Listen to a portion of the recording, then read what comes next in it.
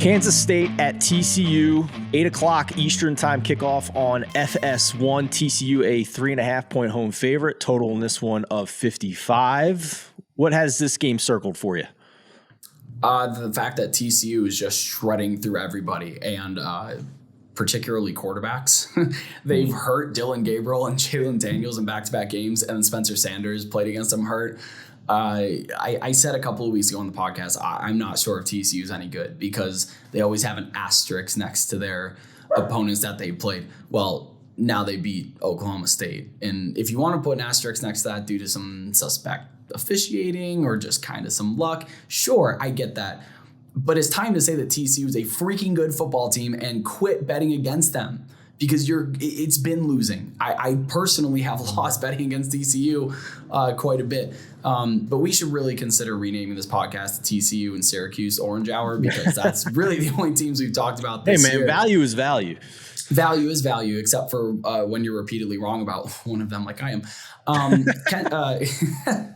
Kansas State's probably the best pass defense that TCU's faced so far this season. They really haven't had a lot of resistance on that front, but that's not to say that the Max Duggan and Quinn and Johnston link up isn't going to work in this game, because they're both playing just out of their freaking minds.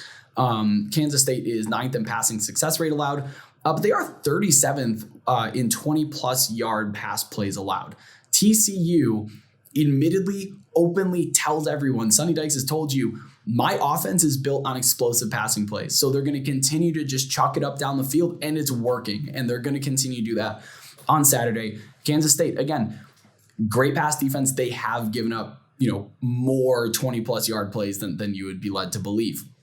On the flip side, on offense, the Wildcats can and will run on TCU. That's going to happen. Adrian Martinez is going to get his yardage if he doesn't get hurt.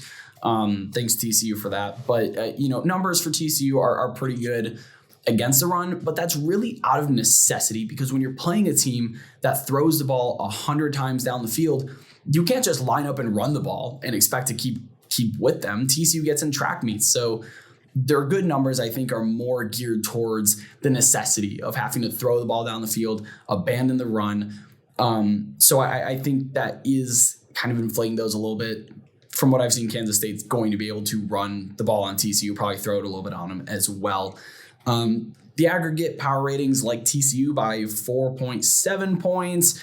That's not really a huge deviation off that 3.5, especially, again, for situational football. Every game that TCU plays right now in this stretch of just Oklahoma, ranked Kansas, ranked Oklahoma State, ranked Kansas State. They have ranked Texas coming up here soon. It's just a very difficult stretch to play with. So I don't think the difference in the power ratings and the spread is enough to really get me excited. TCU first half, 1.5 points. It's juiced a little bit, but I kind of like that. I think TCU is going to get out to a fast start, or a good start, I should say, not a fast start, because TCU has not gotten off to fast starts this year. A good start, and I think that they could take this one into halftime leading.